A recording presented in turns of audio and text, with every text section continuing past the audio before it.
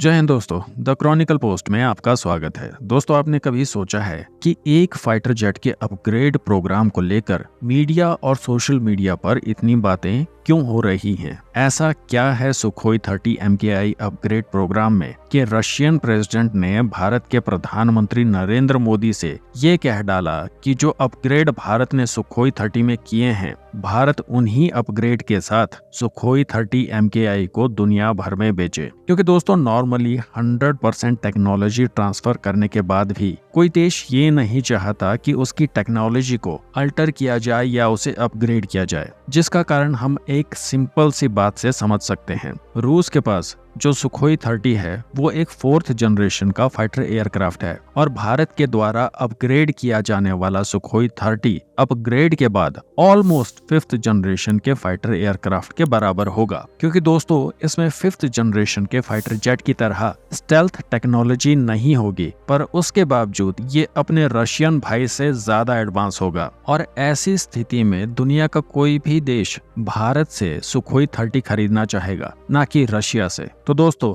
इसी वजह से कोई भी देश अपनी टेक्नोलॉजी को अल्टर या अपग्रेड करने के लिए इंटेलेक्चुअल प्रॉपर्टी राइट्स नहीं देता है, और भारत के पास सुखोई 30 के इंटेलेक्चुअल प्रॉपर्टी राइट्स हैं। इसी वजह से भारत इसमें इस तरह के एडवांस अपग्रेड कर पाया है। अब दोस्तों, आप कहेंगे कि रशिया अपना नुकसान करके भारत को एक्सपोर्ट करने के लिए कह रहा है, तो ऐसा इसलिए है दोस्तों क्योंकि इस समय रूस के ऊपर सैंक्शंस लगे हुए हैं, जिस वजह से रूस अपने हथियारों को बेच नहीं सकता। पर भारत रूसी कंपनी के उन हथियारों को बेच सकता है जो कि भारत में ही बनाए जाते हों। इससे न केवल भारत को फायदा होगा बल्कि इसमें रूस का भी फायदा है। इस समय पर डिफेंस मिनिस्ट्री के द्वारा सुपर सुखोई प्रोग्राम के ड्राफ्ट नोट को फाइनलाइज किया जा चुका है। इसके बाद पीएम कैबिनेट कमेटी से इसका अप्रूवल लिया जाएगा और फंड्स रिलीज कर दिए जाएंगे। और इस अपग्रेड के लिए DRDO और HAL के द्वारा ऑलरेडी तैयारी शुरू कर दी गई है।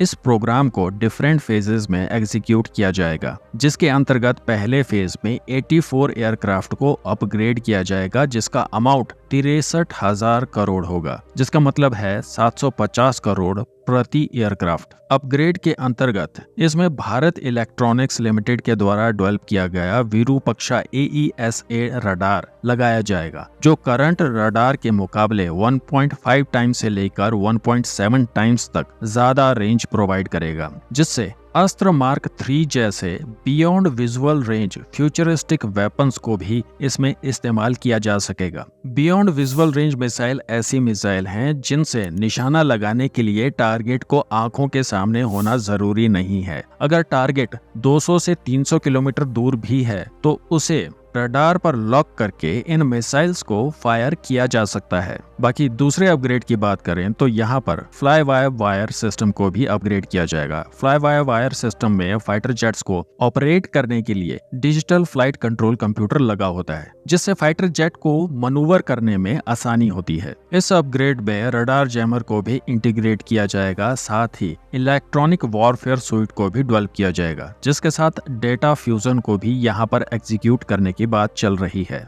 इसमें हेलमेट माउंटेड डिस्प्ले भी ऐड किया जाएगा। बाकी सुखोई 30 MKI में AI इंटीग्रेशन की जाएगी और मैन अनमैन टीमिंग भी इस अपग्रेड पैकेज का हिस्सा होगा। सिंपल वर्ड्स में कहूँ तो इस अपग्रेड के बाद सुखोई 30 MKI अनमैन्ड विंगमैन यानी कि अनमैन्ड एरियल व्हीकल को ऑपरेशंस में साथ ले जा सकेगा, जिसे सुखोई 30 में लगे AI के द्वारा ऑपरेट किया जाएगा, जिससे पायलट की न केवल सिचुएशनल अवेयरनेस बढ़ेगी बल्कि पायलट और फाइटर जेट दोनों सुरक्षित जगह में रहकर अनमैन्ड विंगमैन की सहायता से ऑपरेशंस को कंप्लीट कर पाएंगे। जो सुखोई 30 MKI अपग्रेड किए जाएंगे उन्हें इंडियन एयर फोर्स के द्वारा 2055 तक इस्तेमाल किया जाएगा। दोस्तों, सुपर सुखोई प्रोग्राम भारत का एक एम्बिशियस प्रोग्राम है और इस अपग्रेड को पूरा होने में समय लगने वाला है। इवन इस अपग्रेड पैकेज को प्रॉपरली तैयार करने में और टेस्ट करने में तकरीबन 7 साल का समय लगेगा और इसके बाद कहीं जाकर सुखोई 30 इंडियन एयरफोर्स को दिए जाएंगे। टाइमलाइन के हिसाब से पूरा सुखोई प्रोग्राम कंप्लीट होने में कम से कम 15 साल लगेंगे। तो दोस्तों, इस अपडेट को लेकर आपके क्या विचार हैं? कमेंट्स में जरूर बताइएगा।